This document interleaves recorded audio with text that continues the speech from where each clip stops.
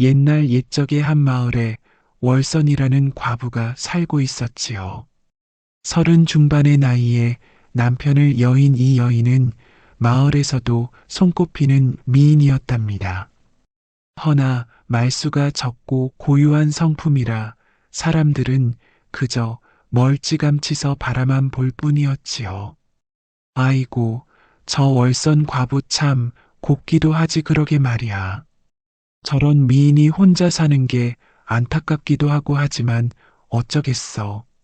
남편 잃은 지 벌써 3년이나 되었는데 마을 아낙네들은 그렇게 수군거렸지만 정작 월선은 그런 시선들을 아랑곳하지 않고 조용히 살아가고 있었답니다.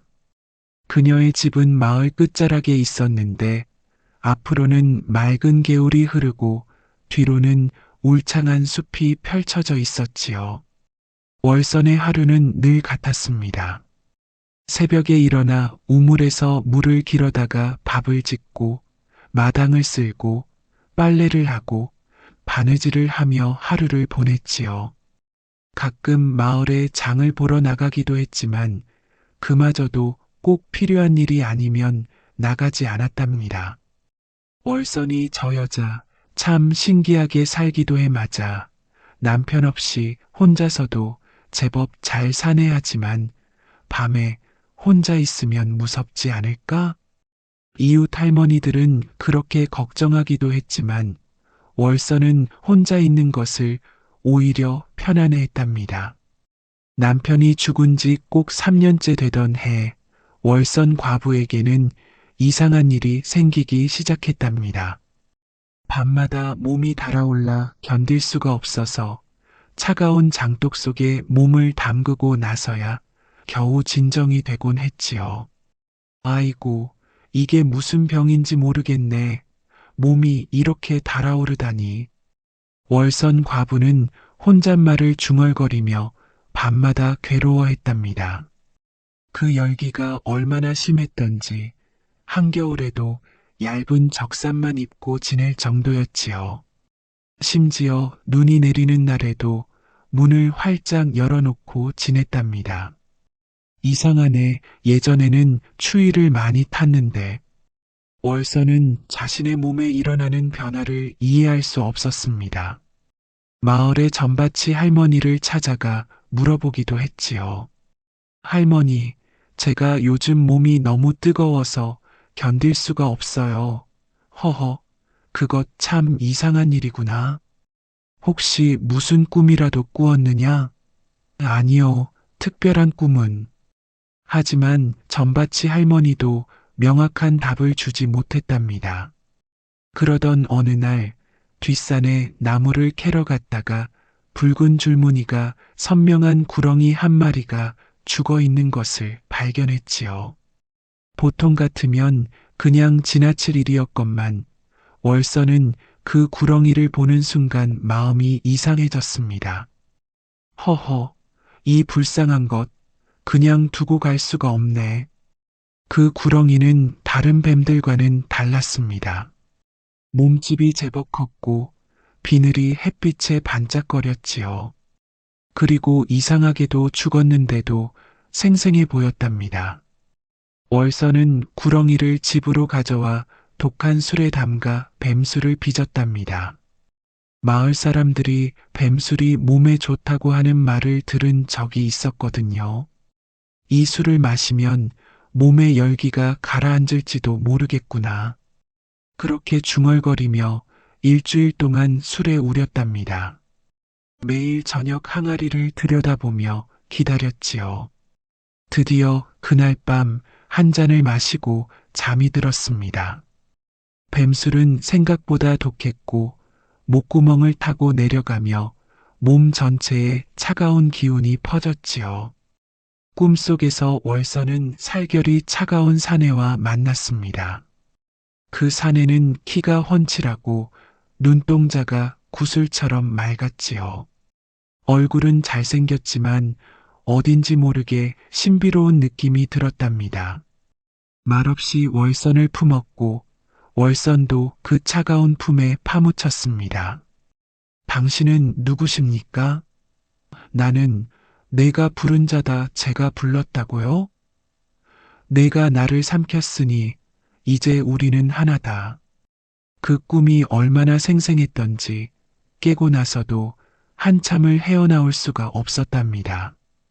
산의 차가운 손길, 깊은 눈동자, 그리고 신비로운 향기까지 모든 것이 생생했지요. 그게 웬 말이냐, 이런 꿈을 꾸다니 죽은 남편도 아닌데. 월선은 당황스러워하며 중얼거렸지요. 하지만 이상하게도 그날 밤 이후로는 몸의 열기가 많이 가라앉았답니다. 오히려 몸이 차가워졌을 정도였지요.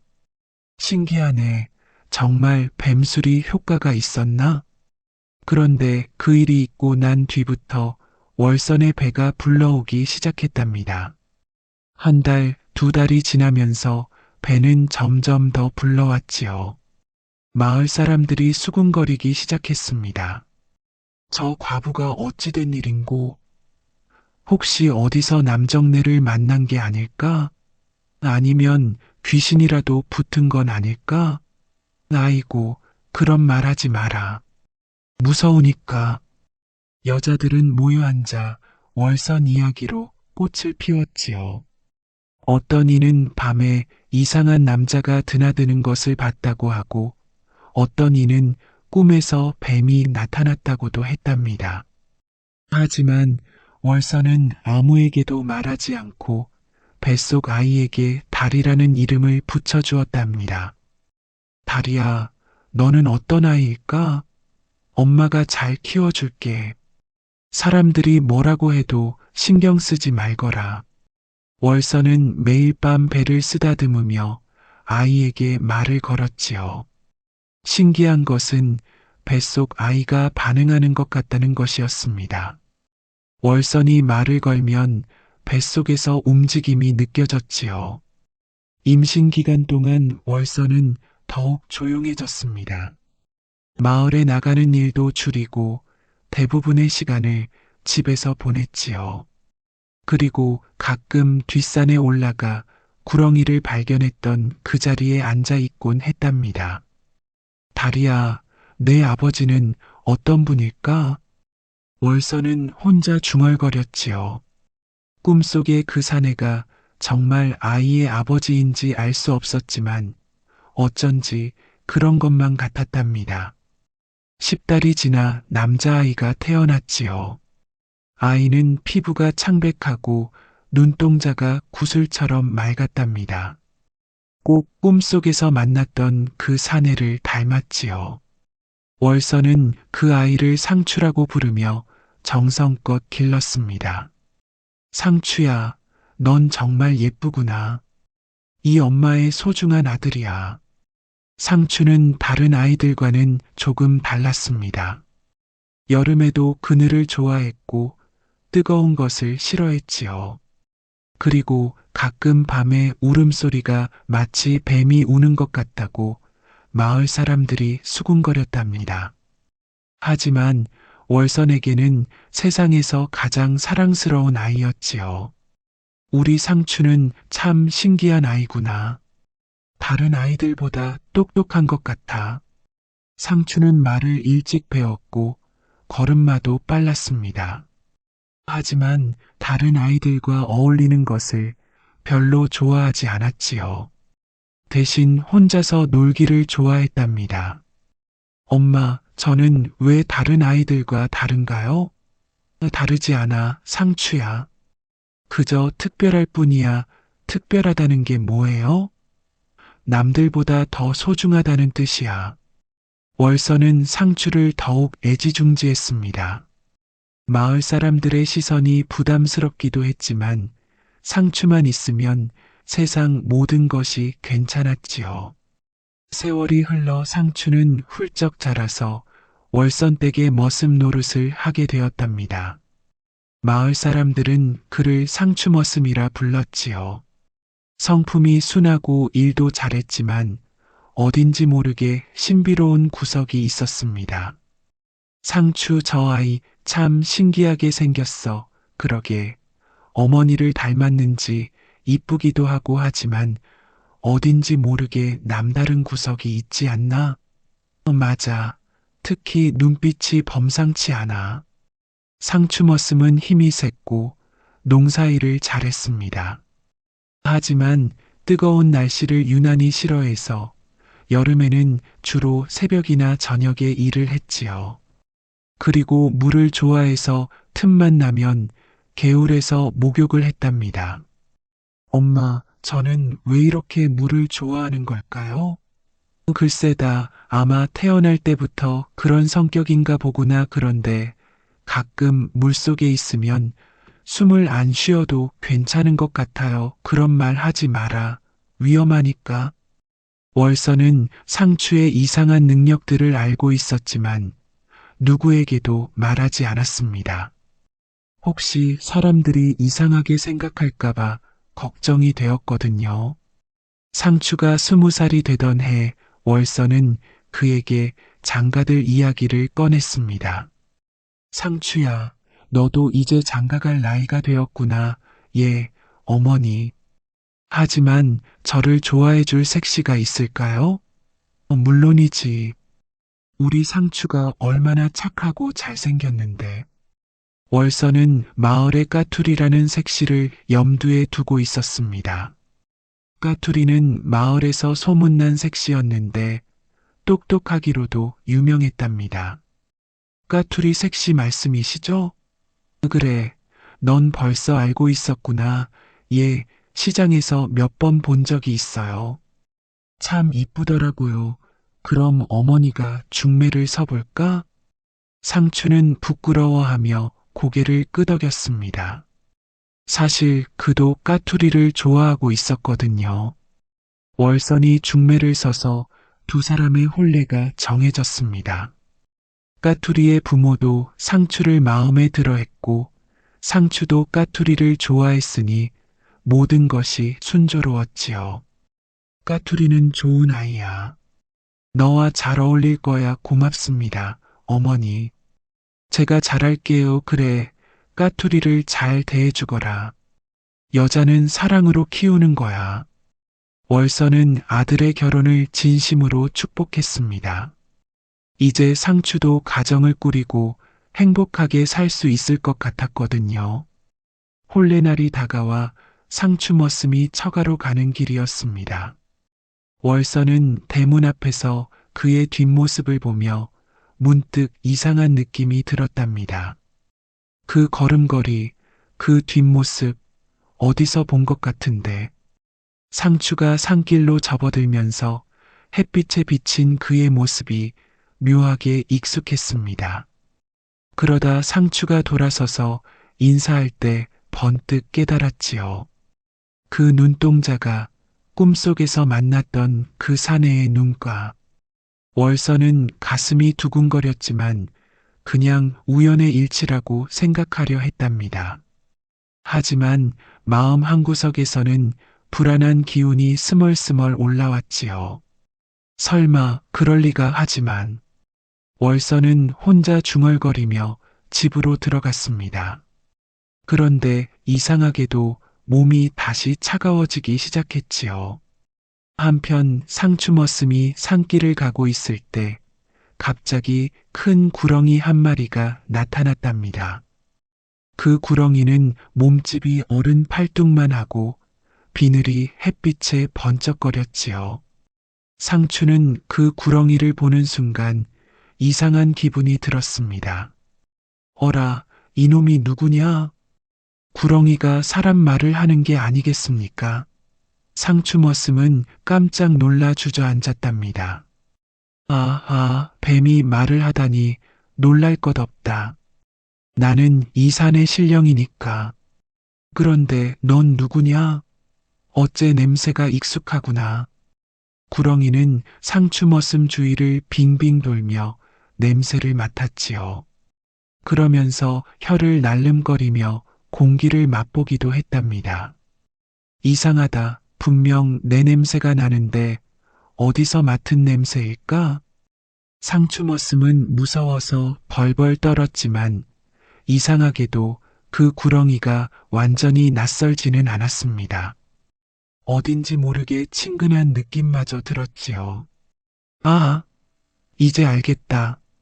넌 내 새끼다. 구렁이가 갑자기 소리쳤습니다.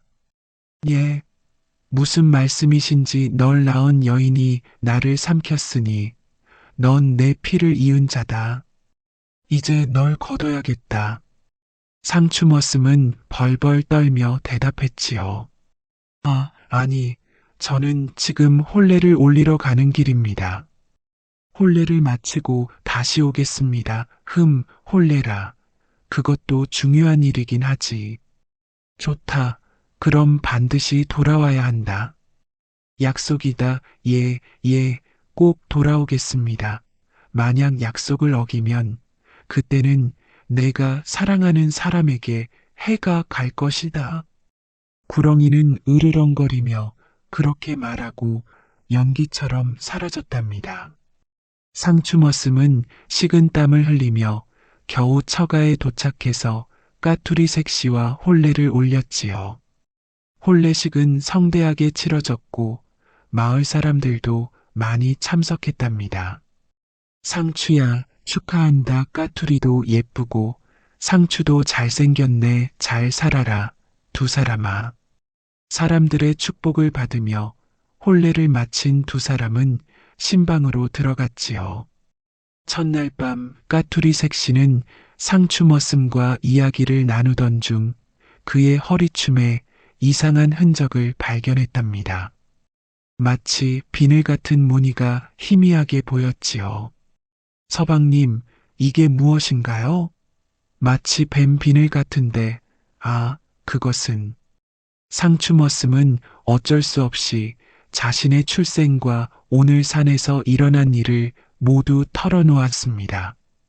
구렁이를 삼킨 어머니 이야기, 자신의 이상한 능력들, 그리고 구렁이와의 만남까지 모든 것을 말했지요. 그러니까 서방님은 뱀의 피를 이었다는 말씀이시군요. 네, 믿기 어려우시겠지만. 그런데 까투리 색시는 놀라기는커녕 오히려 침착했답니다. 아니에요.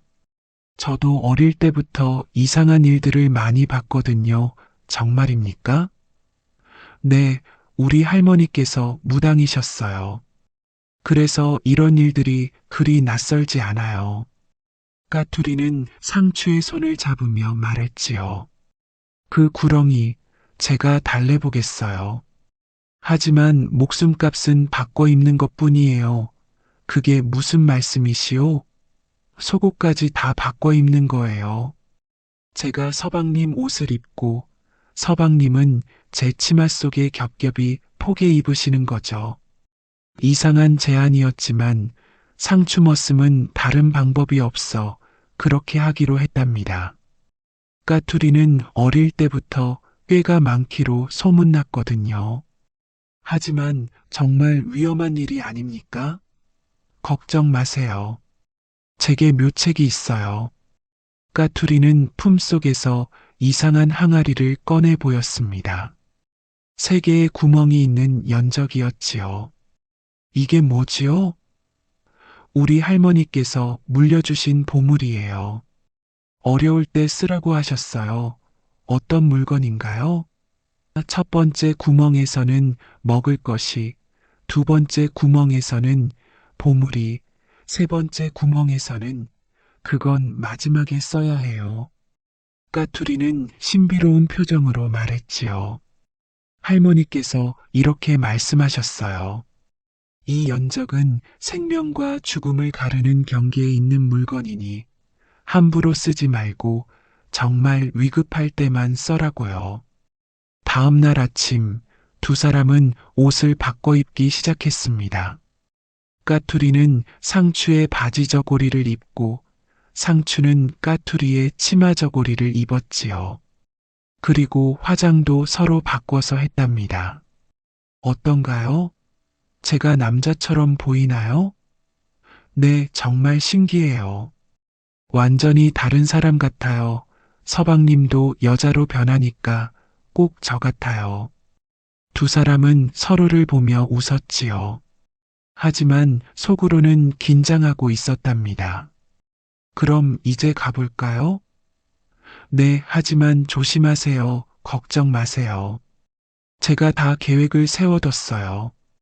집으로 돌아가는 길이었지요. 앞서 걷는 까투리 섹시 사실은 상추 머슴는 짙은 눈화장에 살짝 풀린 옷고름으로 유염한 모습이었답니다. 안에는 상추의 단단한 속살이 보일 듯 말 듯 했지요. 뒤따르는 상추 사실은 까투리는 치마를 입고 고개를 숙인 채 조심스럽게 따라갔습니다. 걸음걸이도 여자처럼 조심스럽게 걸었지요. 정말 신기하네요. 옷만 바꿔 입었는데 이렇게 달라 보이다니. 두 사람이 산길에 접어들자 주위가 갑자기 조용해졌습니다. 새들도 울지 않고 바람도 불지 않았지요. 그때 다시 구렁이가 나타났습니다. 어제보다 더 크게 보였고 눈빛도 더 날카로웠지요. 까투리 섹시야 왔구나. 그런데 신랑은 어디 있느냐? 구렁이는 앞서가는 사람이 까투리인 줄 알고 물었지요. 까투리 섹시 사실은 상추 머슴과 능청스럽게 대답했답니다. 그놈 나를 버리고 처가로 도망갔소. 그러며 눈물까지 흘렸답니다. 연기 솜씨가 제법이었지요. 뭐라고? 그런 놈이 어디 있느냐? 구렁이는 분노했지만 동시에 당황하기도 했습니다. 그럼 어찌하겠느냐? 혼자 어디로 가려고? 갈 곳이 없어요. 친정에서도 이미 시집 보낸 딸이라며 받아주지 않을 거예요. 그것 참 딱한 일이구나. 그럼 나와 함께 가면 어떻겠느냐? 정말 그래도 될까요? 물론이지. 나는 이 산의 신령이니 너를 잘 돌봐줄 수 있다. 구렁이는 점점 까투리에게 관심을 보이기 시작했습니다. 사실 나도 오랫동안 혼자 살아서 외로웠거든. 그러셨군요. 그래. 너 같은 아름다운 색시와 함께 살 수 있다면 얼마나 좋겠느냐. 그때 까투리 색시가 말했지요. 그 대신 당신과 함께 할 수 있다면. 그러며 천천히 옷고름을 풀기 시작했답니다. 구렁이는 입을 쩍 벌리며 숨을 몰아쉬었지요. 아, 아름다운 색시여. 내가 얼마나 외로웠는지 아느냐?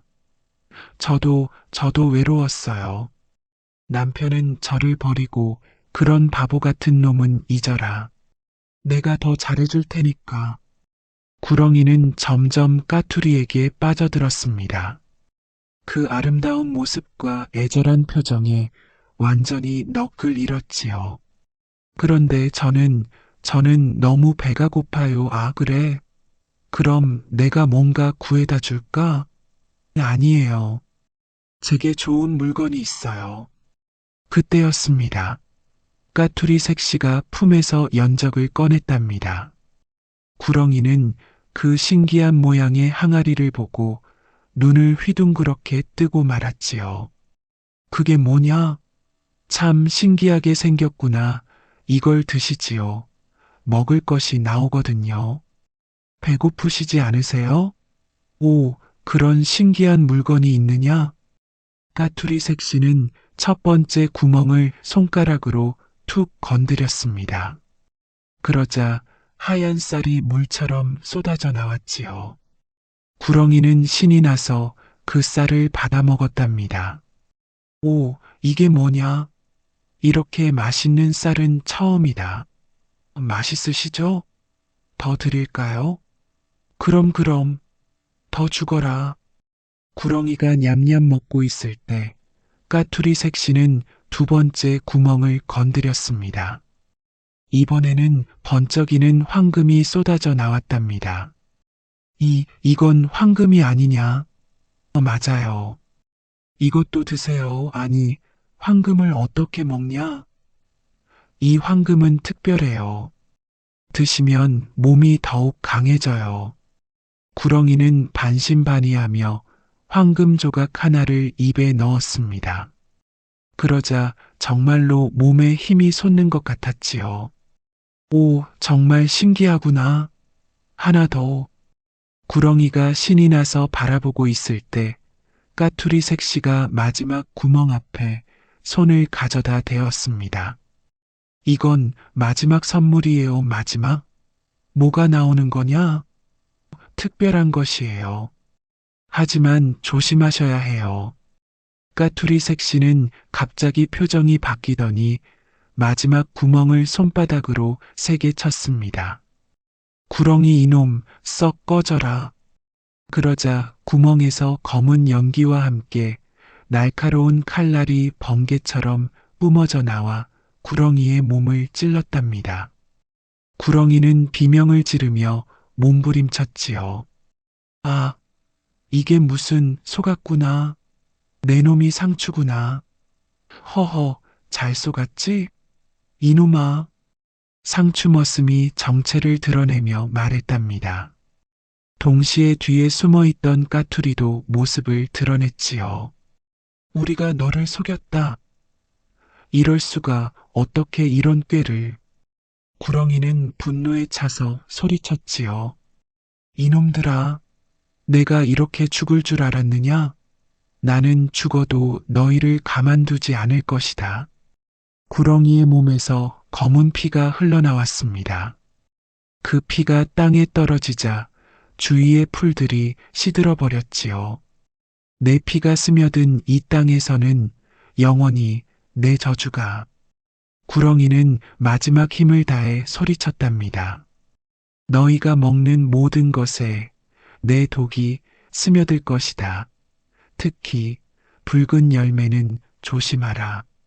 그렇게 외치며 구렁이는 연기가 되어 사라졌답니다. 하지만 그 자리에는 검은 얼룩이 남았고 이상한 냄새가 계속 났지요. 아니 글쎄, 그 여인이 말이야. 정말 똑똑하더라고요.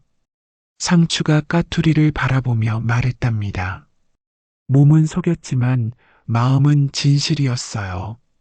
까투리가 부끄러워하며 대답했지요. 그런 위험한 일을 나 때문에 사랑하는 사람을 위해서라면 당연한 일이지요.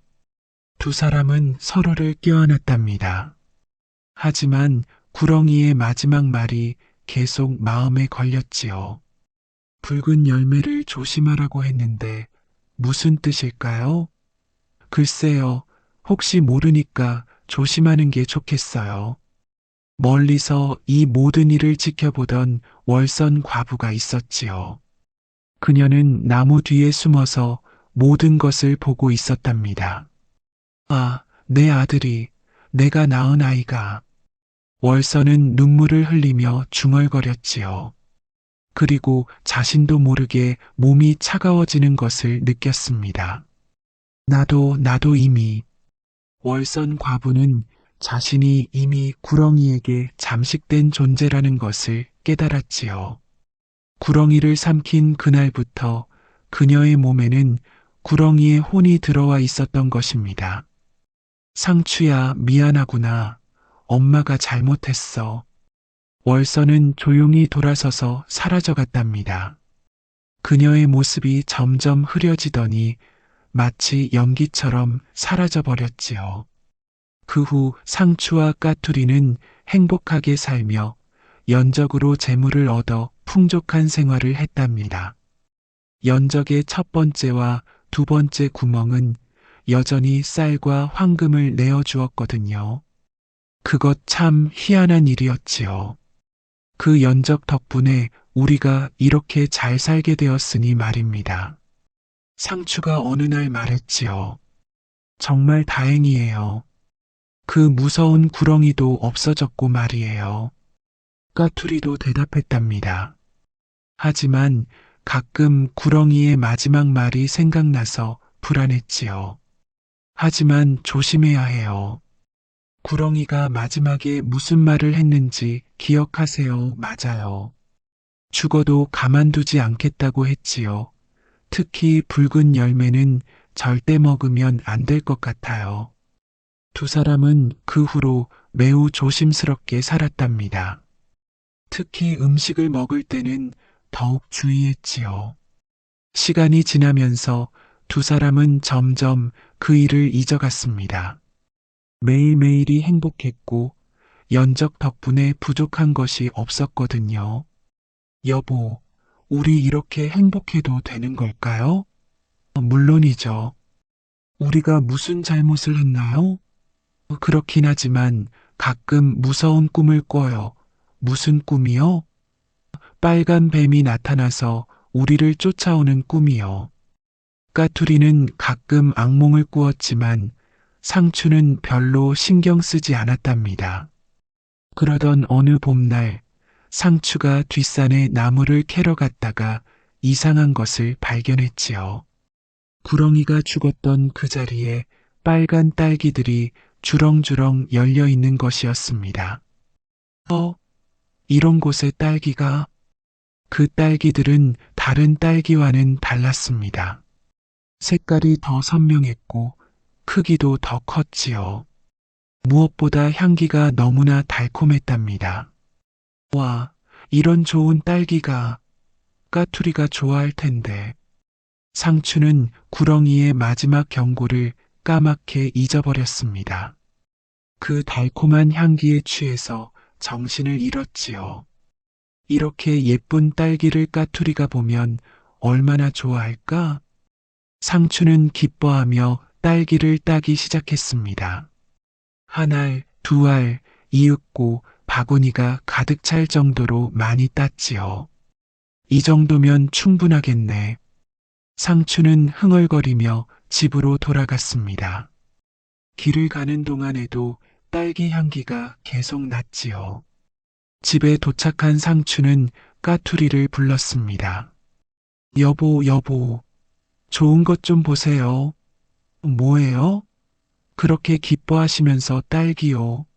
정말 좋은 딸기를 구해왔어요. 까투리가 바구니를 보는 순간 깜짝 놀랐습니다. 그 딸기들이 너무나 아름다웠거든요. 와, 정말 예쁘네요. 어디서 구하셨어요?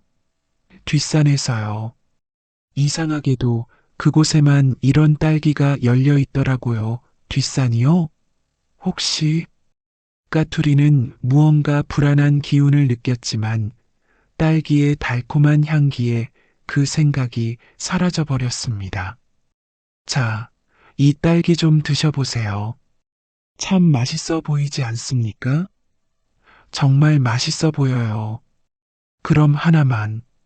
까투리는 가장 크고 빨간 딸기 하나를 집어들었습니다. 그 딸기는 햇빛에 반짝거리며 보석 같았지요. 정말 예쁘네요. 마치 루비 같아요. 까투리는 주저하지 않고 딸기를 입에 넣었답니다. 달콤한 맛이 입안에 퍼졌지요. 정말 맛있어요. 이렇게 달콤한 딸기는 처음이에요. 하지만 딸기를 삼킨 지 얼마 되지 않아 이상한 일이 일어났습니다. 까투리의 얼굴이 갑자기 창백해지기 시작했지요. 여보, 어디 아프세요? 아니에요. 괜찮아요. 하지만 까투리의 입술이 서서히 파랗게 질리기 시작했습니다. 그리고 몸이 차가워지기 시작했지요. 여보, 무슨 일이에요? 상추는 깜짝 놀라서 까투리를 부축했지만 까투리는 점점 차가워져만 갔습니다. 서방님, 이게 구렁이에. 까투리는 마지막 말을 채 끝내지 못하고 주저앉았지요. 그리고 그대로 눈을 감았답니다. 까투리야, 정신 차려. 상추는 필사적으로 까투리를 흔들었지만 까투리는 대답이 없었습니다.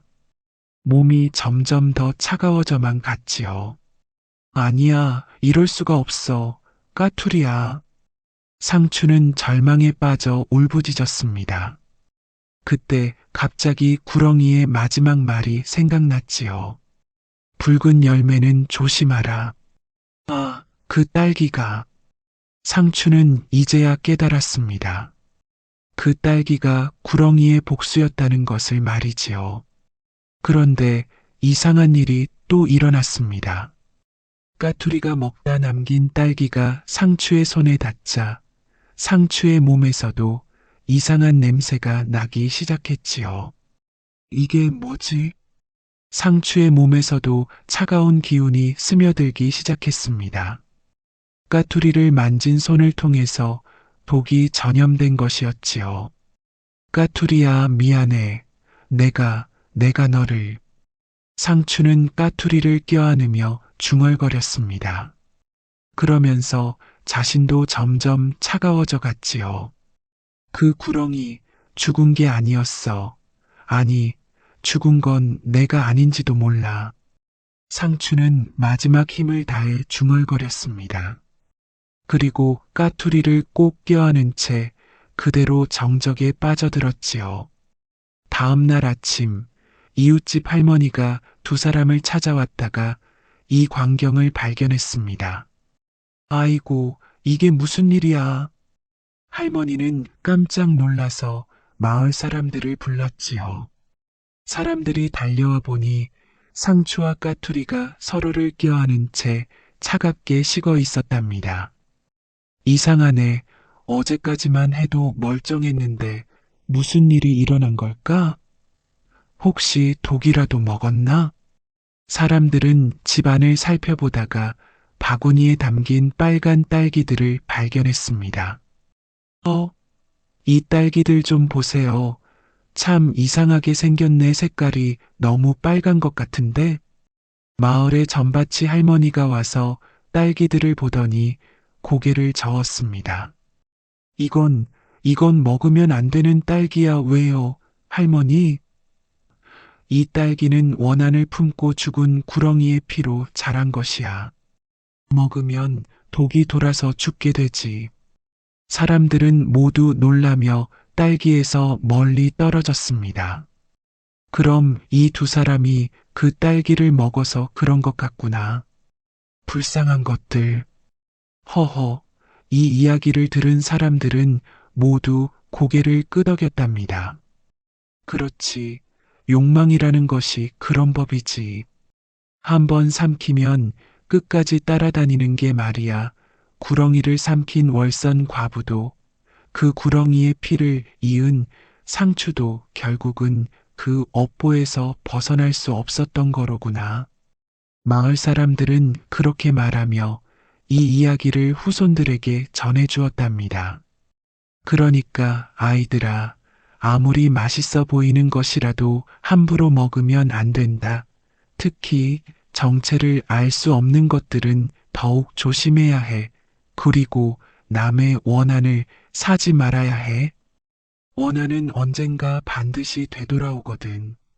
세월이 흘러 이 이야기는 여러 입을 거쳐 전해지면서 조금씩 달라지기도 했지만 그 핵심만은 변하지 않았지요. 어떤 이는 월선 과부가 처음부터 구렁이의 환생이었다고 하고 어떤 이는 연적이 실은 저승사자의 물건이었다고도 했답니다. 또 어떤 이는 상추와 까투리가 죽지 않고 구렁이로 변해 다른 곳으로 떠났다고도 했지요. 하지만 모든 이야기에 공통되는 것은 하나였습니다. 금기를 어기고 욕망에 사로잡히면 반드시 그 대가를 치르게 된다는 것 말입니다. 그런데 그 연적은 어떻게 되었을까? 어느 날 젊은이 하나가 물었답니다. 아, 그건 아무도 모르지. 어떤 이는 사라졌다고 하고 어떤 이는 다른 사람에게 넘어갔다고도 해. 혹시 지금도 어딘가에 있는 건 아닐까요? 글쎄, 그럴지도 모르지. 하지만 함부로 찾으려 하지는 마라. 그 연적은 복과 화가 함께 담긴 그릇이거든. 노인들은 그렇게 경고했지요. 실제로 그 연적에 대한 이야기도 따로 전해져 내려왔답니다. 연적의 세 구멍은 각각 다른 의미를 가지고 있었지요. 첫 번째 구멍은 생존을 의미했습니다. 배고픈 사람에게 쌀을 주어 목숨을 이어가게 했지요. 두 번째 구멍은 번영을 의미했습니다. 가난한 사람에게 황금을 주어 부유하게 만들었답니다. 하지만 세 번째 구멍은 종말을 의미했습니다. 탐욕스러운 자에게는 파멸을, 악한 자에게는 응징을 내렸지요. 그러니까 연적을 쓸 때는 마음가짐이 중요했던 거야 맞아. 착한 마음으로 쓰면 복이 되고 악한 마음으로 쓰면 화가 되는 거지. 사람들은 그렇게 이해했답니다. 또한 이 이야기에는 다른 교훈도 담겨 있었지요. 진짜 사랑이란 겉모습이 아니라 마음으로 하는 것이라는 뜻도 말입니다. 까투리 색시가 상추 머슴과 옷을 바꿔 입었을 때 한 말을 기억해 보세요. 몸은 속였지만 마음은 진실이었어요. 이 말 속에는 깊은 뜻이 담겨 있었답니다. 사랑하는 사람을 위해서라면 목숨까지 바칠 수 있다는 마음, 그것이야말로 진정한 사랑이라는 뜻이었지요. 하지만 그런 사랑도 욕망의 굴레에서는 자유로울 수 없었습니다. 구렁이에 피를 이은 상추는 결국 그 업보에서 벗어날 수 없었고 그와 함께한 까투리도 같은 운명을 맞게 되었지요. 사랑이 모든 것을 이길 수는 없구나. 그래. 때로는 운명이라는 것이 사랑보다 더 강한 법이야. 사람들은 그렇게 말하며 안타까워했답니다.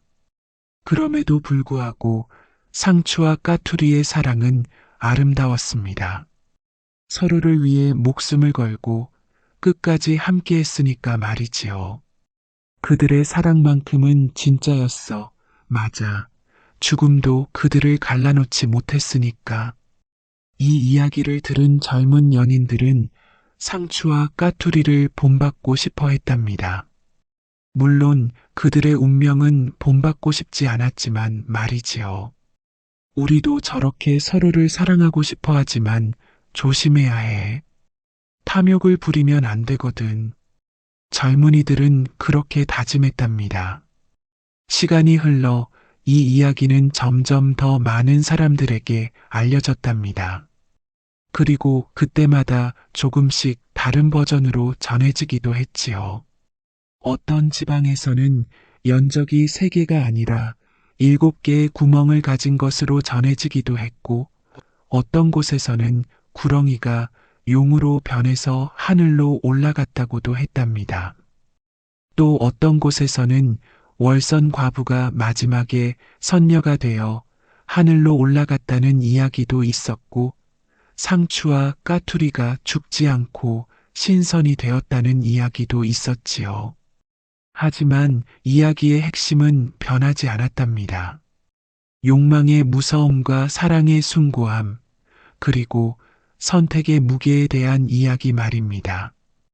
특히 그 딸기 이야기는 많은 사람들에게 강한 인상을 남겼답니다. 아무리 아름답고 달콤해 보이는 것이라도 그 속에 독이 숨어 있을 수 있다는 것을 보여주는 상징이었지요. 보기 좋은 떡이 먹기도 좋다고 하지만 때로는 보기 좋은 것이 더 위험할 수도 있는 법이야. 사람들은 그렇게 말하며 서로를 경계시켰답니다. 이렇게 해서 월선 과부와 구렁이, 그리고 상추와 까투리의 이야기는 오랫동안 사람들의 입에서 입으로 전해져 내려왔습니다. 그리고 이 이야기를 들은 모든 사람들은 한 가지 깨달음을 얻었지요. 우리가 살아가는 세상에는 보이는 것과 보이지 않는 것이 함께 존재하며 때로는 보이지 않는 힘이 더 큰 영향을 미칠 수 있다는 것을 말입니다. 월선 과부의 꿈속 사내, 상추 머슴의 비늘 자국, 까투리 색시의 지혜, 그리고 연적의 신비로운 힘, 이 모든 것들이 현실과 환상의 경계에서 벌어진 일들이었지요. 결국 이 이야기가 우리에게 전하고자 하는 메시지는 명확합니다. 첫째, 욕심을 부리지 말고 금기를 어기지 말며 진실한 마음으로 살아가야 한다는 것입니다. 둘째, 무엇보다도 자신의 선택에 책임을 져야 한다는 것이지요. 셋째, 때로는 사랑도 운명 앞에서는 무력할 수 있지만 그래도 진정한 사랑은 영원하다는 것입니다. 그러니 여러분도 기억하시기 바랍니다. 세상에는 먹어서는 안 될 것, 탐해서는 안 될 것들이 있다는 것을, 그리고 진정한 행복은 욕망이 아니라 만족에서 온다는 것을 말이지요. 야담 도깨비를 찾아주신 여러분 감사합니다. 오늘도 재밌는 이야기로 여러분을 즐겁게 해드리겠습니다. 그 전에 좋아요와 구독 버튼 꼭 부탁드립니다. 그럼 시작할게요.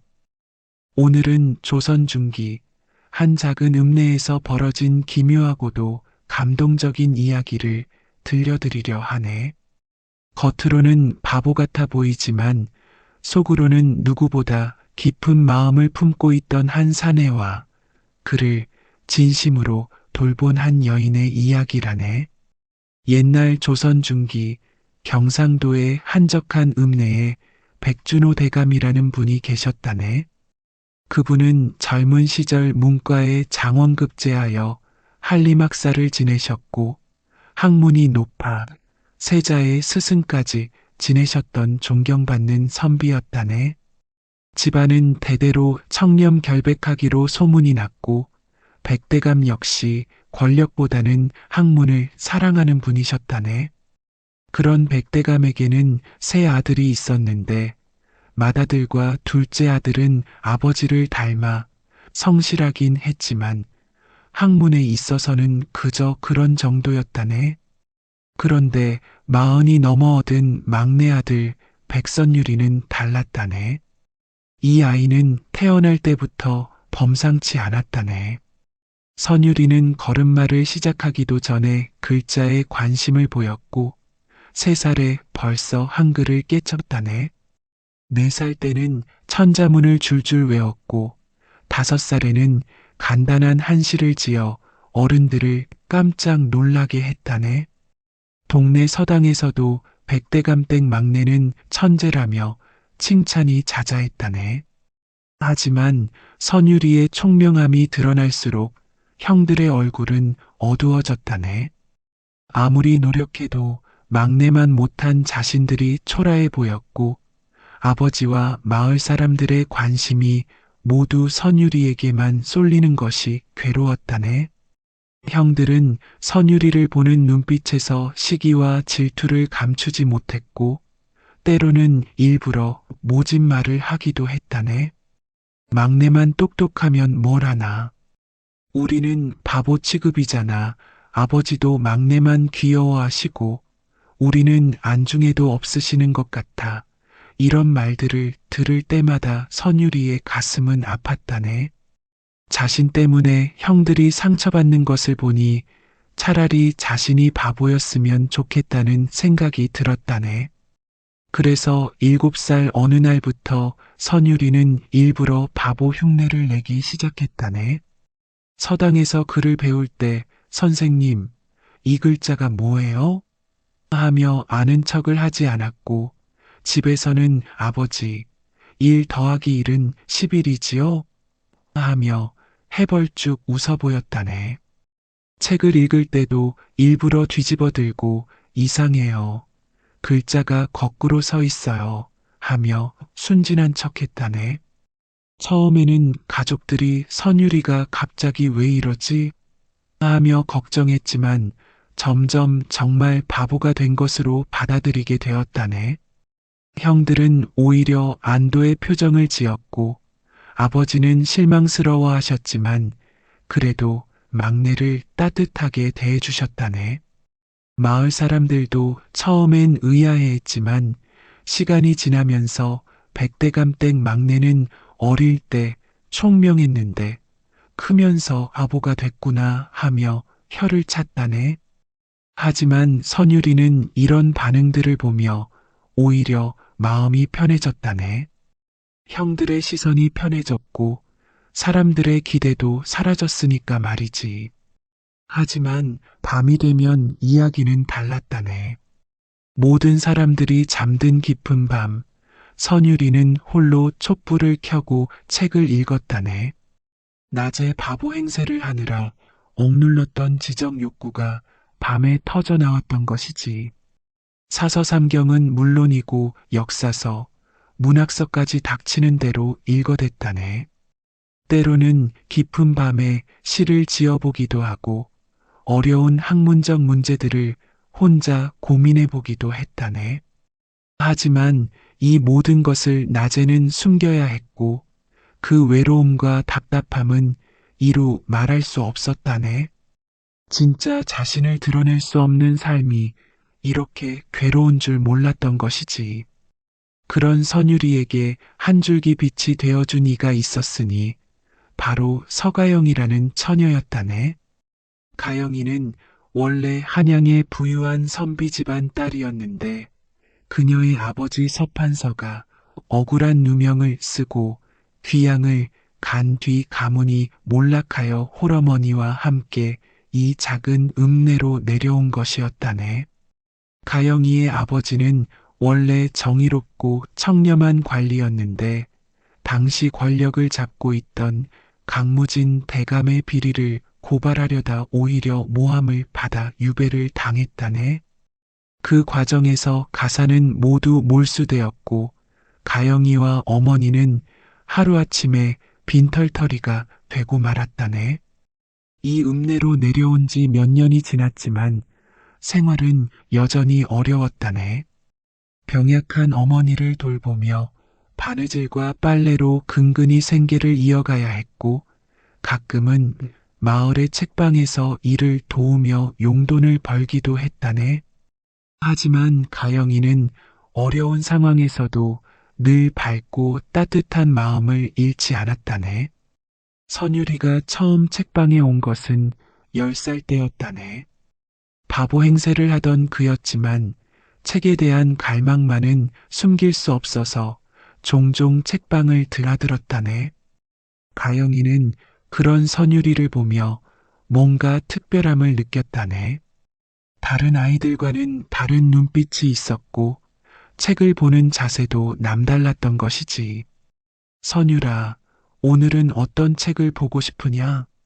가영이가 다정하게 물으면 선율이는 가영 누이가 골라주는 거면 뭐든 좋아요 하며 해맑게 웃었다네. 하지만 가영이는 알아차렸다네. 선율이가 책장을 넘기는 속도가 보통 아이들보다 훨씬 빠르고 때로는 책을 보며 깊이 생각에 잠기는 모습을 보였기 때문이지. 또한 선율이가 고르는 책들도 그의 나이에 비해 너무 어려운 것들이었다네. 다른 아이들이 그림책이나 쉬운 이야기책을 보는 동안 선율이는 역사서나 시집 같은 것들에 관심을 보였다네. 물론 겉으로는 이 책 그림이 예뻐요 하며 바보스럽게 굴었지만 가영이의 눈에는 그 연기가 어설퍼 보였다네. 그런 선율이를 보며 가영이는 안타까운 마음이 들었다네. 이 아이는 분명 바보가 아닌데 왜 바보 흉내를 내는 걸까? 하는 궁금증이 생겼지만 함부로 묻지는 못했다네. 대신 더욱 따뜻하게 대해주고 선율이가 원하는 책들을 몰래 구해다 주기도 했다네. 시간이 흐르면서 선율이는 가영이를 더욱 따르게 되었다네. 다른 사람들 앞에서는 바보 행세를 해야 했지만 가영이 앞에서만은 조금씩 진짜 모습을 보여주기 시작했다네. 어려운 책의 내용에 대해 질문을 하기도 하고 때로는 자신만의 생각을 조심스럽게 말해보기도 했다네. 어느 날 선율이가 가영 누이 아니면 안 놀아요 하며 고집을 부리는 일이 있었다네. 사람들은 바보가 저런 고집이 다 있나 하며 웃었지만 가영이는 그 말 속에 담긴 간절함을 느꼈다네. 선율이에게 자신이 얼마나 소중한 존재인지 알 수 있었고, 동시에 이 아이가 얼마나 외로웠는지도 짐작할 수 있었다네. 그때부터 가영이는 선유리를 더욱 정성스럽게 돌보기 시작했다네. 책방에서 일이 끝나면 선유리와 함께 시간을 보내고, 때로는 집에 데려가서 따뜻한 차를 대접하기도 했다네. 병든 어머니도 선유리를 예뻐해 주셨고, 선유리 역시 가영이의 어머니를 친어머니처럼 따랐다네.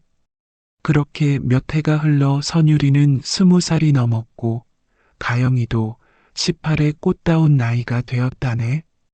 둘 사이에는 남모르는 정이 싹트고 있었지만, 신분의 차이와 선유리의 바보 행세 때문에 쉽게 드러낼 수는 없었다네. 선유리는 이제 완전히 바보로 알려져 있었다네. 마을 사람들은 백대감댁 막내는 20가 넘었는데도 아직 바보구나 하며 안타까워했고, 심지어 혼사 이야기도 나오지 않았다네. 하지만 선유리는 오히려 다행이라고 생각했다네. 자신의 진짜 모습을 모르는 사람과 결혼하고 싶지 않았거든. 그런데 가영이는 달랐다네. 시간이 지날수록 선유리의 진짜 모습이 더 명확하게 보였고, 그 총명함과 따뜻한 마음에 점점 끌리고 있었다네. 선유리 역시 가영이에게 깊은 애정을 느끼고 있었지만, 자신의 정체를 밝히는 것이 두려웠다네. 어느 봄날 가영이가 책방에서 정리를 하고 있는데 선유리가 들어왔다네. 평소와 달리 조용하고 침울한 모습이었는데 한참 동안 아무 말도 하지 않고 있었다네. 가영이가 선유라, 무슨 일이 있느냐? 하고 물으니 선유리는 한참을 망설이다가 작은 목소리로 말했다네. 가영 누이, 저 정말 바보일까요? 그 순간 가영이는 선유리의 눈에서 깊은 슬픔과 외로움을 보았다네. 지금까지 바보 행세를 하느라 얼마나 힘들었을지, 얼마나 답답했을지 가슴이 먹먹해졌다네. 선유라, 너는 바보가 아니야. 가영이가 조심스럽게 말하자 선유리의 눈에 눈물이 고였다네. 누이는 알고 계셨나요? 처음부터 알고 있었어. 내가 얼마나 똑똑한지, 얼마나 착한지 다 알고 있었어. 그날 선유리는 처음으로 자신의 진짜 모습을 가영이에게 보여주었다네. 평소의 어설픈 말투가 아닌 또박또박한 목소리로 그동안 숨겨왔던 마음속 이야기들을 털어놓았다네. 왜 바보 흉내를 내게 되었는지, 얼마나 외로웠는지, 그리고 가영이가 얼마나 소중한 존재였는지 말이야. 가영이도 자신의 마음을 고백했다네. 선유리의 진짜 모습을 알아차린 순간부터 어떤 마음이었는지, 그리고 지금은 얼마나 깊이 사랑하고 있는지 말이야. 둘은 서로를 바라보며 처음으로 진심 어린 대화를 나누었고, 그 순간 서로에게 더욱 가까워졌다네. 그날부터 둘만 있을 때는 선유리가 완전히 다른 사람이 되었다네. 가영이에게 어려운 시를 읽어주기도 하고 깊이 있는 학문적 이야기를 나누기도 했다네. 가영이는 그런 선유리를 보며 점점 더 사랑에 빠져갔고 선유리 역시 마찬가지였다네. 하지만 이런 행복한 시간은 오래가지 않았다네. 선유리의 집안에 큰 재앙이 닥쳐왔거든. 그해 가을 갑자기 광군들이 백대감댁에 들이닥쳤다네. 앞장선 관리가 큰 소리로 선포했다네. 백준호는 영모를 꾸민 죄로 체포한다. 죄목은 세자를 폐하고 다른 왕자를 세우려 했다는 것이었다네. 백준호 대감은 어이가 없어 했다네. 이것이 무슨 소리냐? 나는 세자 전하의 스승으로서 충성을 다했는데 무슨 영모를 꾸몄다는 것이냐? 하지만 광군들은 들을 생각도 없이 대감과 두 아들까지 모두 끌고 갔다네. 그 순간 선율이는 더 이상 바보 행세를 할 수 없었다네. 아버지, 하며 달려가는 그의 모습에서는 바보의 흔적을 전혀 찾을 수 없었다네. 또렷한 눈빛과 당당한 자세로 광군들에게 따져 물었다네. 무슨 증거로 우리 아버지를 역적이라고 하는 것이냐? 아버지는 평생 나라에 충성했는데, 하지만 광군들은 증거는 충분하다며 들어주지 않았다네. 백준호 대감은 끌려가면서도 선유리를 걱정스럽게 바라보았다네. 막내 아들이 갑자기 이렇게 또렷하게 말하는 것을 보고 놀랐지만 동시에 안타까웠다네. 선유라, 내가 바보가 아니었구나. 하지만 이제는 조심해야 한다. 너만은 살아남아 우리 집안의 억울함을 밝혀다오. 그날 밤 선유리는 가영이를 찾아갔다네. 눈물을 흘리며 하루 종일의 일을 말했고 가영이는 그런 선유리를 위로해 주었다네. 선유라, 이제 어떻게 할 거야? 모르겠어. 하지만 아버지의 억울함은 꼭 밝혀야 해. 나는 이제 바보가 아니야. 아니, 처음부터 바보가 아니었어. 하지만 지금부터는 정말로 똑똑해져야 해. 가영이는 선유리의 다짐을 듣고 자신도 결심을 했다네. 선유라, 나도 함께 하겠어. 내가 혼자서는 할 수 없는 일이야. 그리고 내 아버지의 원수를 갚는 일이기도 해. 그제야 선유리는 가영이의 아버지도 강무진 대감의 모함으로 고생했다는 사실을 자세히 알게 되었다네. 둘은 서로의 아픔을 나누며 더욱 깊은 유대감을 느꼈고 함께 진실을 밝히기로 마음을 모았다네. 강무진 대감이 조정의 실권을 잡고 있는 상황에서 몰락한 집안의 자식들이 할 수 있는 일은 많지 않았다네. 하지만 선유리는 아버지의 옛 친구였던 최우재 대감이 설악산에 은거하고 있다는 이야기를 들었다네. 최우재 대감은 젊은 시절 백준호 대감과 함께 공부했던 벗으로 관직에서 물러난 후 산속에서 학문에만 전념하고 계신다고 했다네. 선유리와 가영이는 몰래 짐을 꾸려 설악산으로 향했다네. 길이 험하고 멀어서 며칠이 걸리는 여행이었는데 두 사람은 서로를 의지하며 어려운 길을 걸어갔다네. 도중에 비를 만나기도 하고 험한 산길에서 길을 잃기도 했지만 서로가 있어서 포기하지 않을 수 있었다네. 중간에 작은 주막에서 하룻밤을 자게 되었는데 방이 하나밖에 남지 않아 어쩔 수 없이 함께 묵게 되었다네. 주막 주인은 젊은 남녀가 함께 방을 쓰다니 하며 눈살을 찌푸렸지만 선유리가 누이와 함께 가는 길입니다 하고 설명하니 그제야 허락했다네. 벽 하나를 사이에 두고 누워 있는데 둘 다 잠이 오지 않았다네. 가영이는 선유리의 고른 숨소리를 들으며 가슴이 두근거렸고 선유리 역시 바로 옆에 있는 가영이를 의식하며 마음이 편치 않았다네. 가영아, 자고 있니? 선유리가 조용히 물으니 아니야, 잠이 안 와 하고 가영이가 대답했다네. 무서우면 이리로 와도 돼. 선유리가 말하자 가영이는 한참을 망설이다가 선유리 곁으로 갔다네. 둘은 서로를 바라보며 처음으로 진심을 털어놓았다네. 가영아, 나는 내가 없으면 안 되겠어. 바보 행세를 할 때도 지금처럼 어려운 상황에서도 너만이 내 진짜 모습을 알아주었어. 나도 그래, 선유라. 내가 진짜 바보라고 해도 상관없었는데 이렇게 똑똑하고 용감한 내가 더 좋아. 그날 밤 둘은 서로의 손을 잡고 잠들었는데 그 따뜻함이란 이루 말할 수 없었다네. 세상에서 가장 소중한 사람과 함께라면 어떤 어려움도 이겨낼 수 있을 것 같았다네. 이튿날 저녁, 드디어 최우재 대감의 은거지에 도착했다네.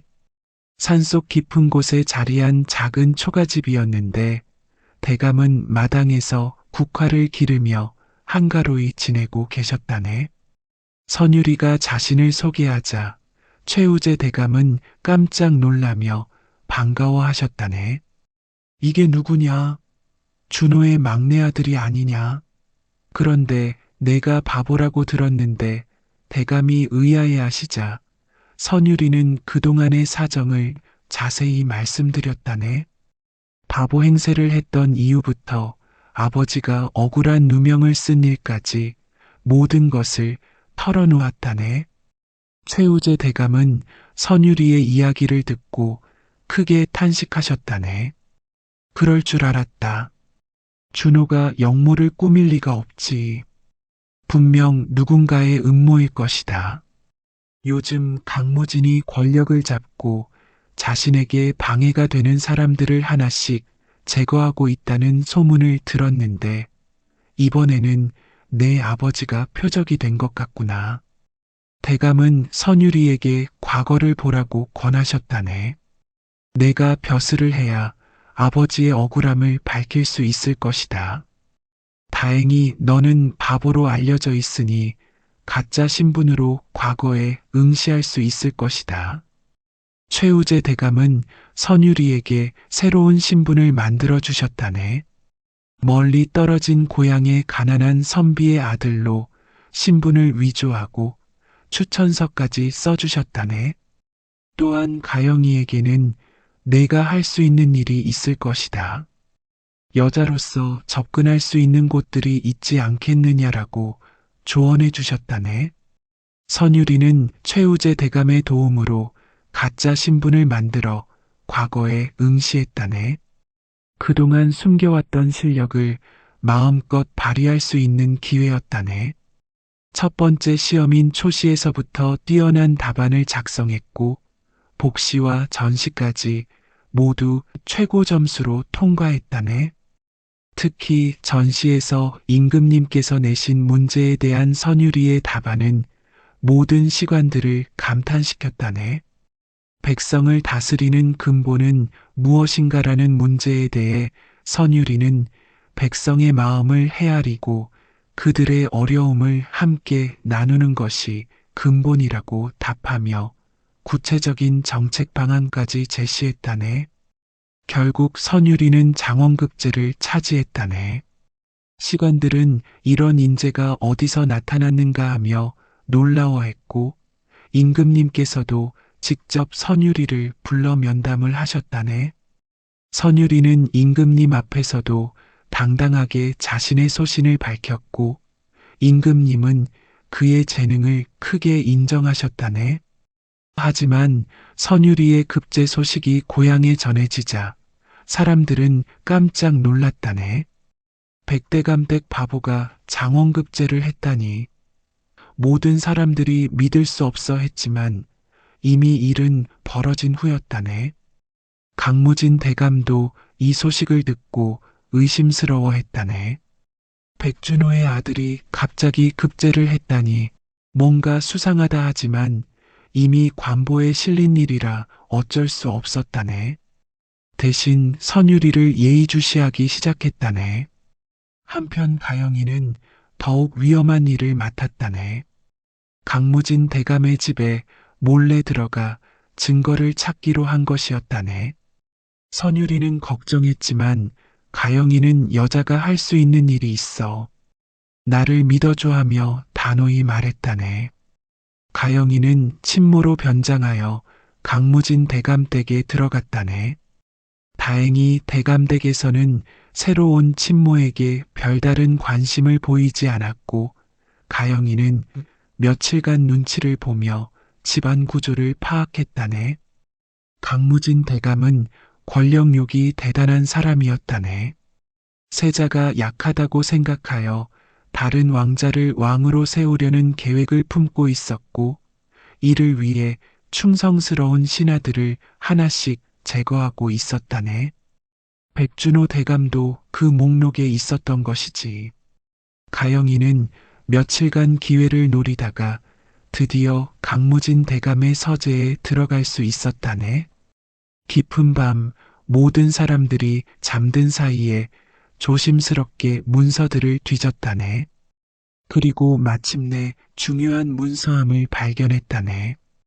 그 안에는 충격적인 내용들이 가득했다네.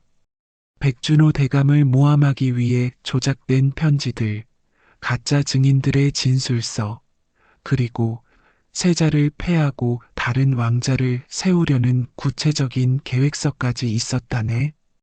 특히 강무진의 딸 강수련이 세자에게 접근하여 아버지의 뜻대로 조종하고 있다는 내용을 보고는 가영이도 놀랐다네. 문서에 따르면 수련은 뛰어난 미모와 재주로 세자의 마음을 사로잡았고 세자는 그녀의 말이라면 무엇이든 들어주고 있었다네.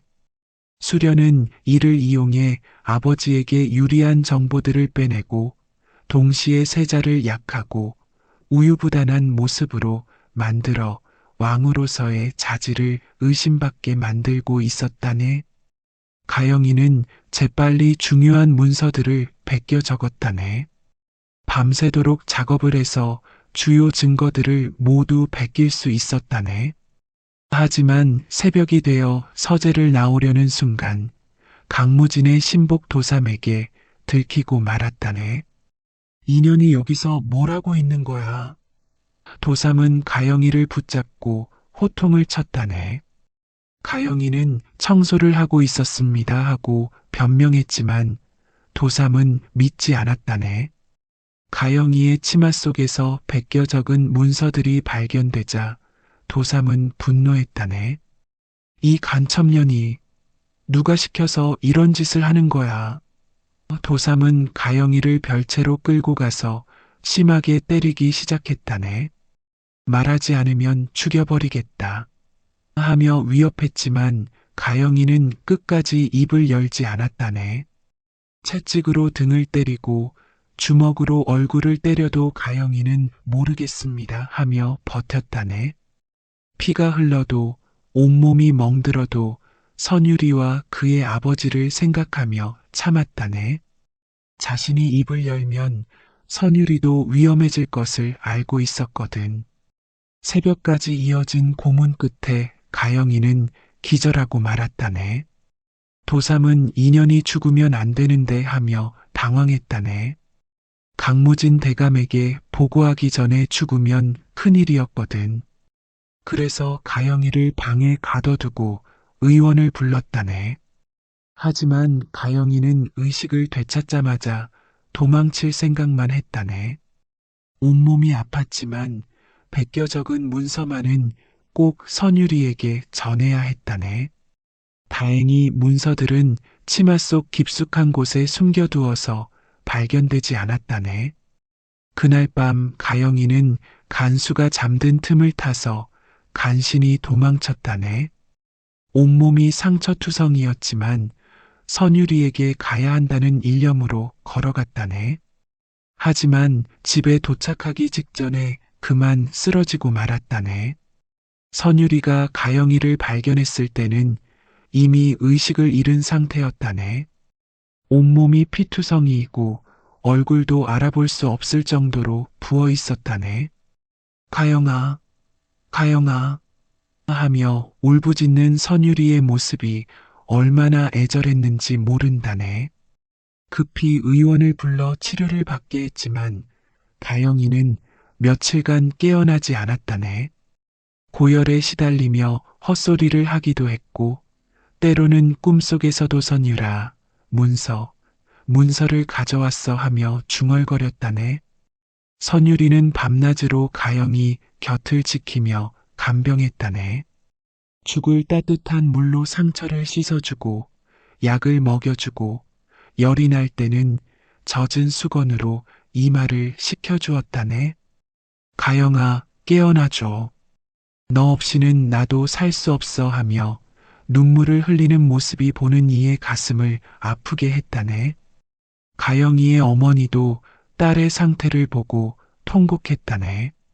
내 딸이 무슨 잘못을 했다고 이런 일을 당해야 하나 하며 울었지만 선율이는 어머니, 가영이는 저 때문에 이런 일을 당한 거예요. 제가 책임지겠습니다 하며 더욱 정성스럽게 돌보았다네. 사흘째 되는 날 밤 가영이가 드디어 눈을 떴다네. 첫 번째로 한 말이 선율아, 문서를 가져왔어 였다네. 선율이는 반가움과 안도감에 눈물을 흘리며 문서는 나중에 해도 돼. 내가 무사한 게 더 중요해 하고 말했다네. 하지만 가영이는 안 돼. 빨리 봐야 해 하며 피 묻은 치마 속에서 조심스럽게 문서들을 꺼냈다네. 며칠간 피와 땀에 젖어 있던 종이들이었지만 글씨는 또렷하게 보였다네. 선율이는 가영이가 목숨을 걸고 가져온 문서들을 보고 충격을 받았다네. 아버지를 모함한 증거들이 이렇게 명확하게 나와 있을 줄은 몰랐던 것이지. 강무진의 음모가 생각보다 훨씬 거대하고 치밀했다네. 가영아, 이렇게까지 해야 했나? 하며 울먹이는 선율이에게 가영이는 말했다네.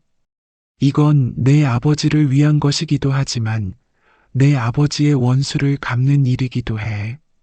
강무진이 내 아버지를 모함한 것도 이와 같은 방법이었을 거야. 그제야 선율이는 가영이의 진짜 마음을 알았다네. 그녀 역시 아버지의 억울함을 풀고 싶어 했고, 그래서 목숨을 걸고 증거를 가져온 것이었다네. 둘은 서로의 아픔을 나누며 더욱 깊은 유대감을 느꼈다네. 문서들을 자세히 살펴본 결과 강무진의 계획은 다음과 같았다네. 먼저 충성스러운 신하들을 하나씩 제거하고 세자의 주변에 자신의 사람들을 심어놓는다. 그 다음에는 세자를 무능한 모습으로 만들어 백성들의 신뢰를 잃게 하고 마지막에는 다른 왕자를 옹립하여 자신이 실권을 잡는다는 것이었다네. 특히 강수련의 역할이 중요했다네. 그녀는 뛰어난 미모와 재주로 세자의 마음을 사로잡은 후 아버지의 지시에 따라 세자를 조종하고 있었다네. 세자가 내리는 잘못된 명령들도 사실은 수련의 조종에 의한 것이었다네. 또한 백준호 대감을 모함하기 위해 편지를 조작하고 가짜 증인들을 매수한 구체적인 방법들도 적혀 있었다네.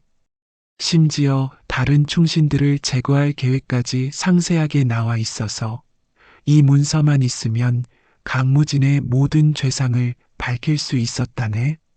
선율이는 최우재 대감과 함께 이 증거들을 가지고 궁궐로 향했다네. 하지만 강무진이 조정의 실권을 잡고 있는 상황에서 함부로 상소를 올리기는 위험했다네. 자칫하면 선율이까지 역적으로 몰릴 수 있었거든. 최우재 대감은 오랜 경험을 바탕으로 신중하게 계획을 세웠다네. 먼저 믿을 만한 관료들에게 은밀히 연락을 취하고 왕에게 직접 상소할 수 있는 기회를 만들어야 했다네. 다행히 최우재 대감의 옛제자 중에 현재 사관원에서 일하는 이가 있어서 도움을 받을 수 있었다네. 그 제자를 통해 왕에게 긴급한 상소가 있다는 것을 알렸고 왕은 호기심을 보이며 직접 만나보겠다고 하셨다네. 하지만 강무진도 이상한 낌새를 눈치채고 있었다네. 선율이가 갑자기 나타나서 활동하는 것이 수상했거든. 상소하는 날 선율이는 가영이가 목숨을 걸고 가져온 문서들을 품에 안고 궁궐로 향했다네. 가영이는 아직 몸이 완전히 회복되지 않았지만 나도 함께 가겠어. 내가 직접 본 것들을 증언해야 해 하며 따라 나섰다네. 드디어 왕 앞에 선 선율이와 최우재 대감. 왕은 백준호의 아들이 바보에서 갑자기 장원급제를 했다더니 이제는 상소까지 올린다니 신기하구나 하며 관심을 보이셨다네.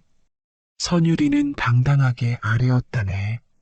전하, 소신의 아버지 백준호는 결코 역모를 꾸민 적이 없습니다. 이는 모두 강무진의 음모에 의한 것입니다. 그리고 가영이가 가져온 문서들을 하나씩 펼쳐 보였다네. 조작된 편지들, 가짜 증인들의 진술서, 그리고 세자를 조종하기 위한 계획서까지. 왕은 문서들을 보시며 점점 분노하셨다네. 강무진이 이렇게까지 했다니 하시며 즉시 강무진을 불러오라고 명하셨다네. 강무진은 끝까지 부인했다네. 전하, 그런 문서들은 모두 조작된 것입니다. 백준호의 아들이 복수하려고 만든 가짜 증거입니다. 하며 발뺌했다네. 하지만 문서들이 너무 상세하고 구체적이어서 조작했다고 보기 어려웠다네. 그때 가영이가 나섰다네. 아직 상처가 아물지 않아 걸음도 불편했지만 왕 앞에 나아가 무릎을 꿇고 증언했다네. 전하, 소녀가 직접 강무진의 집에 들어가서 이 문서들을 보았습니다. 그리고 강수련이 세자 전하를 어떻게 조종하는지도 직접 들었습니다. 가영이는 자신이 겪은 일들을 생생하게 증언했다네. 어떻게 강무진의 집에 잠입했는지, 어떤 문서들을 봤는지, 그리고 도삼에게 어떤 고문을 당했는지까지 자세히 말했다네. 특히 강수련이 세자에게 아버지께서 이렇게 하시라고 하셨어요 하며 거짓 사랑을 고백하는 장면을 증언했을 때는 왕도 경악하셨다네. 세자 유연빈도 이 자리에 불려 나왔다네. 왕은 세자에게 내가 요즘 내리는 명령들이 모두 강수련의 조종에 의한 것이냐? 하고 물으셨다네. 세자는 처음에는 부인했지만 구체적인 증거들이 나오자 점점 당황하기 시작했다네. 수련이가 정말 나를 속인 것이냐? 세자는 믿고 싶지 않아 했지만 증거는 너무나 명확했다네. 자신이 사랑이라고 믿었던 것이 모두 거짓이었고 자신이 강무진의 도구에 불과했다는 것을 깨닫게 되었다네. 강수련도 불려와서 신문을 받았다네. 처음에는 저는 진심으로 세자 전하를 사랑합니다 하며 부인했지만 아버지의 지시를 받고 세자에게 접근했다는 증거가 나오자 더 이상 변명할 수 없었다네. 세자는 그제야 자신이 얼마나 어리석었는지 깨달았다네.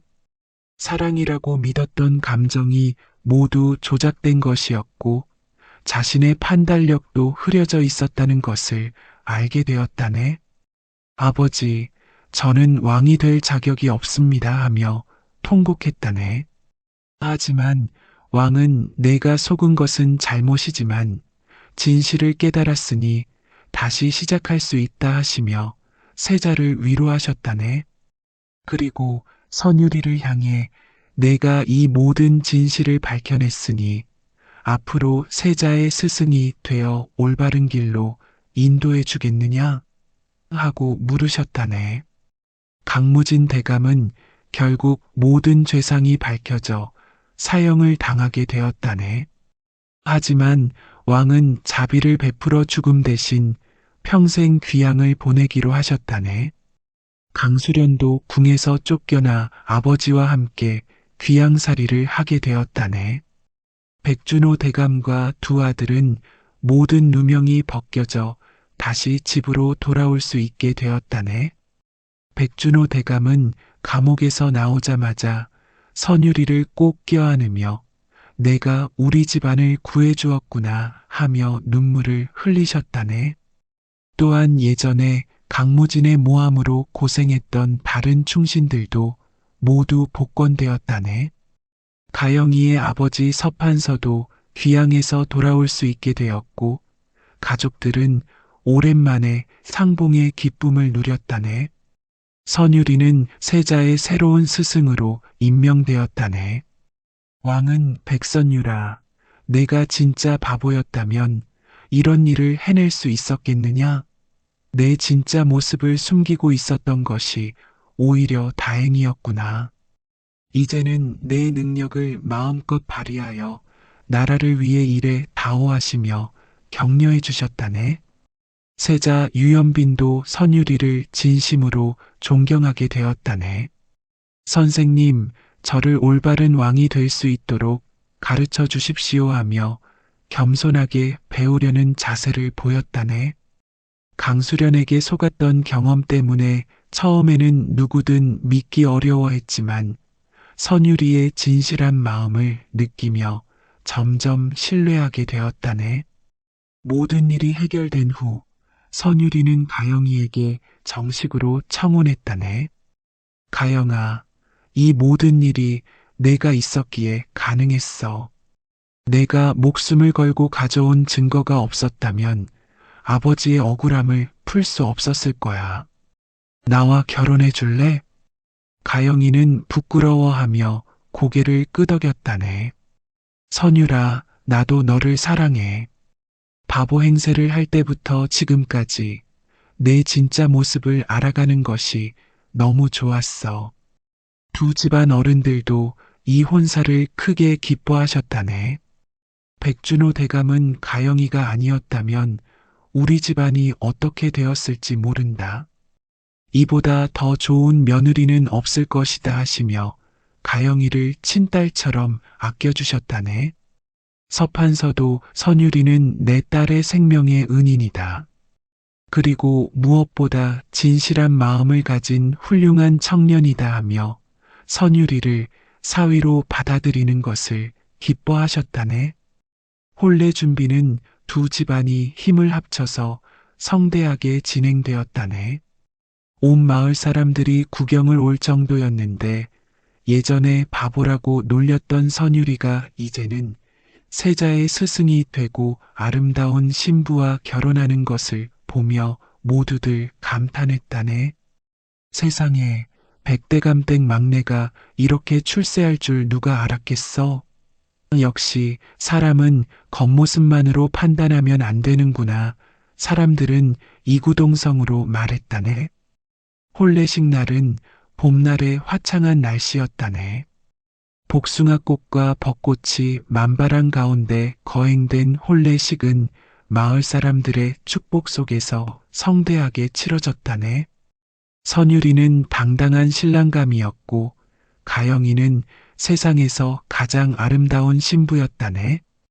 혼례식에서 선유리는 오늘부터 가영이와 함께 진실하고 당당하게 살아가겠습니다 하고 서약했고 가영이는 선유리의 진짜 모습을 처음 알아본 것이 제 인생의 가장 큰 행운이었습니다 하며 답했다네.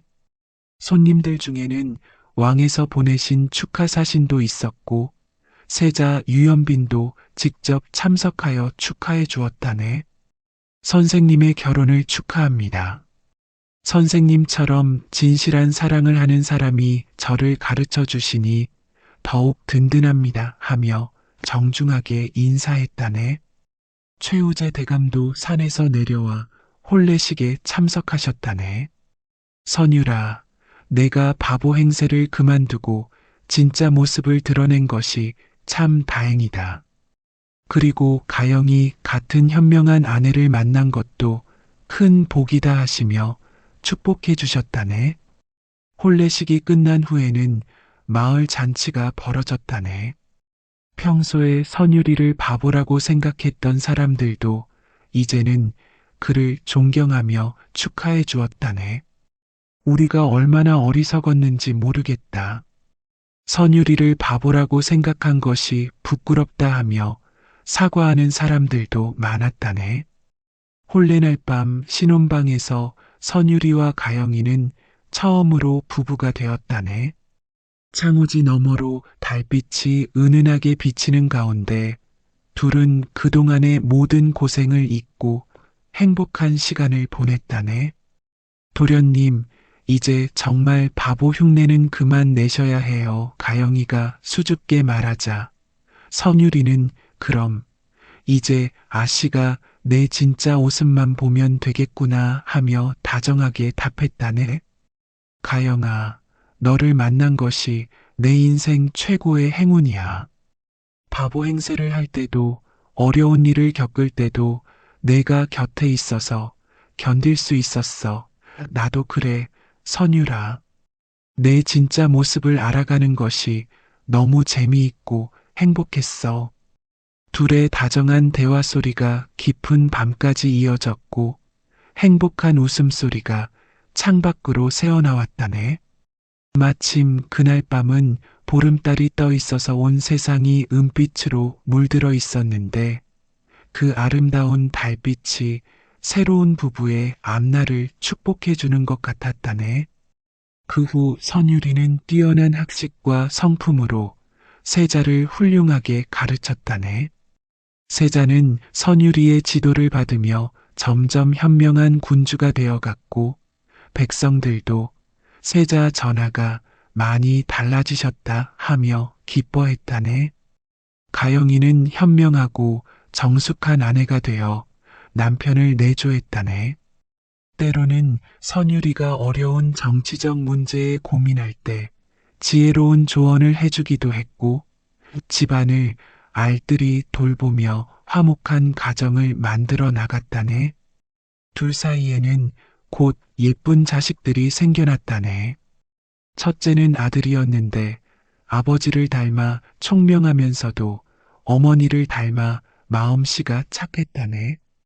둘째는 딸이었는데 어머니의 아름다움과 아버지의 지혜를 모두 물려받은 듯 했다네. 선율이는 자신의 아이들에게는 절대 바보 행세를 하라고 가르치지 않았다네. 대신 진실한 마음으로 살아가되 겸손함을 잃지 말아라 하고 가르쳤다네. 능력이 있다고 해서 남을 깔보거나 교만해져서는 안 된다. 하지만 그렇다고 해서 자신의 재능을 숨기며 살 필요도 없다고 말이지. 가영이도 딸에게 여자라고 해서 무능해야 한다고 생각하지 말아라. 어머니처럼 용기 있게 옳은 일을 하되 지혜롭게 행동하여라 하고 가르쳤다네. 그래서 선율이네 집 아이들은 모두 똑똑하면서도 겸손하고 용감하면서도 신중한 성품을 가지게 되었다네. 선율이는 세자의 스승이 되어서도 자신의 경험을 바탕으로 가르쳤다네. 전하, 사람을 판단할 때는 겉모습만 보지 마십시오. 진짜 그 사람의 마음을 보려고 노력하셔야 합니다. 하고 조언했다네. 또한 권력을 가졌을 때일수록 겸손해야 합니다. 강무진처럼 권력에 취해 올바른 판단력을 잃으면 결국 자신도 망하게 됩니다. 하며 실제 경험을 들어 교훈을 주었다네. 세자는 선율이의 가르침을 받으며 점점 현명해졌다네. 백성들의 어려움을 직접 살피러 나가기도 하고 신하들의 말을 들을 때도 겉모습에 속지 않고 진심을 파악하려고 노력했다네.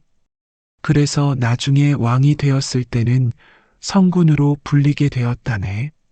선율이는 또한 후진 양성에도 힘썼다네. 가난한 집 자식들 중에서도 재능이 있는 아이들을 발굴해서 공부할 수 있도록 도와주었다네.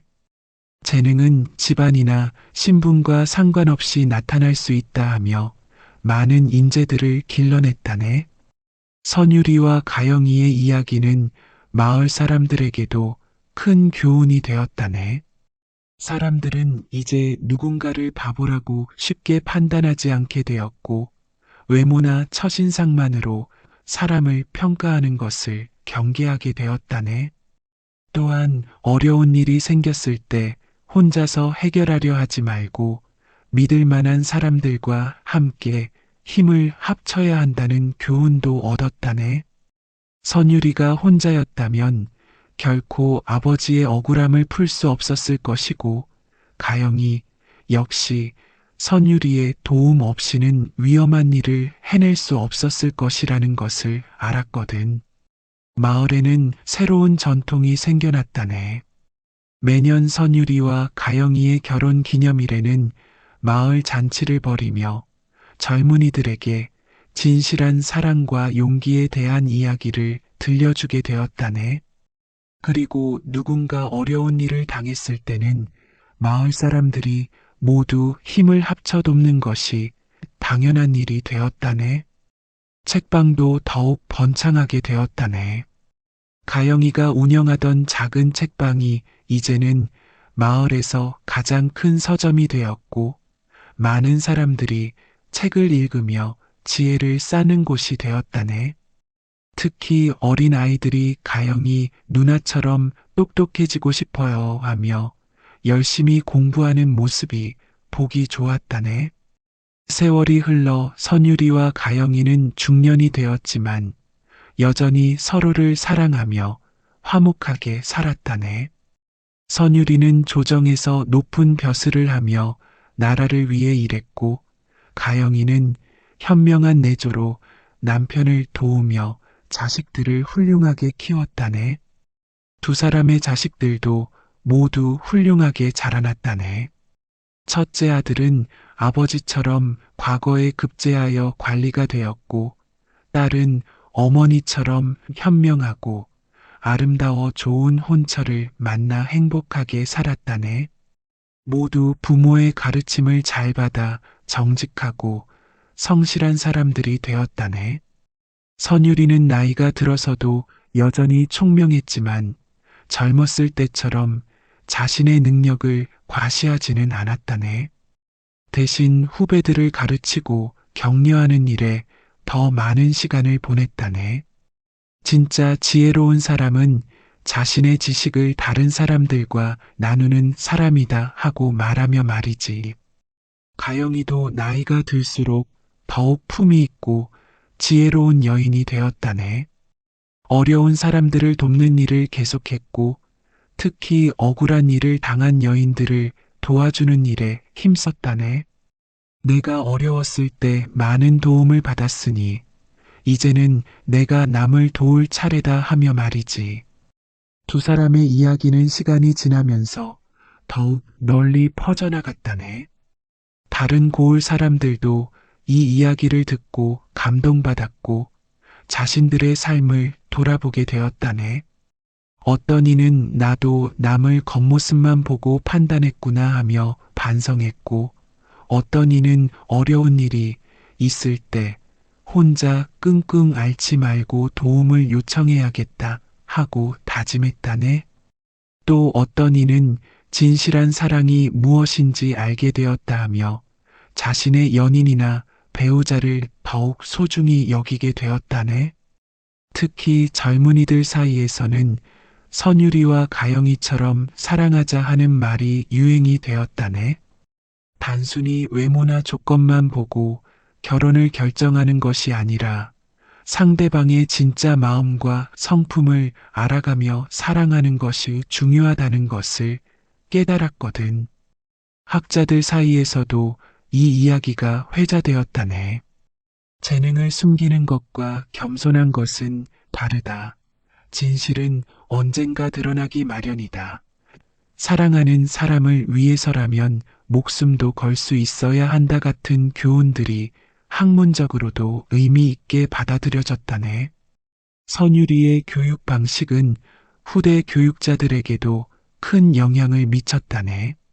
학생의 겉모습이나 첫 성적만 보고 포기하지 않고 각자의 숨겨진 재능을 찾아내어 개발해 주는 것이 진짜 교육이라는 것을 보여준 것이지. 가영이의 용기 있는 행동도 많은 여성들에게 영감을 주었다네. 여자라고 해서 뒤에만 있어야 하는 것이 아니라 필요할 때는 앞장서서 옳은 일을 할 수 있어야 한다는 것을 보여준 것이지. 물론 무모하게 행동하는 것이 아니라 신중하고 지혜롭게 행동해야 한다는 것도 함께 가르쳐 주었다네. 정치가들에게도 이 이야기는 좋은 교훈이 되었다네. 권력을 잡았을 때 교만해지지 말고 항상 백성들의 입장에서 생각해야 한다는 것, 그리고 간신들의 말에 속지 말고 진실을 파악하려고 노력해야 한다는 것을 배울 수 있었거든. 선율이와 가영이는 평생을 함께하며 서로를 사랑했다네. 나이가 들어 머리가 하얗게 새어도 주름이 생겨도 서로를 바라보는 눈빛은 젊었을 때와 다르지 않았다네. 어느 날 이미 할아버지 할머니가 된 두 사람이 정원에서 차를 마시며 이야기를 나누고 있었다네. 여보, 우리가 처음 만났을 때를 기억하나요? 가영이가 물었다네. 물론이지. 내가 책방에서 나를 따뜻하게 맞아주던 모습을 어떻게 잊을 수 있겠어. 그때 내가 아니었다면 나는 평생 바보 행세를 하며 살았을지도 몰라. 선율이가 대답했다네. 저도 그때 당신의 진짜 모습을 알아차린 것이 참 다행이에요. 만약 정말 바보라고 생각했다면 이런 행복한 삶을 살 수 없었을 테니까요. 가영이가 미소 지으며 말했다네. 두 사람은 손을 맞잡고 일생을 돌아보며 감사의 마음을 나누었다네. 어려웠던 시절도 있었지만 서로가 있었기에 모든 것을 이겨낼 수 있었고 이렇게 평온하고 행복한 노년을 맞을 수 있게 되었다는 것에 대해서 말이지. 두 사람이 세상을 떠날 때도 마을 사람들은 큰 슬픔에 잠겼다네.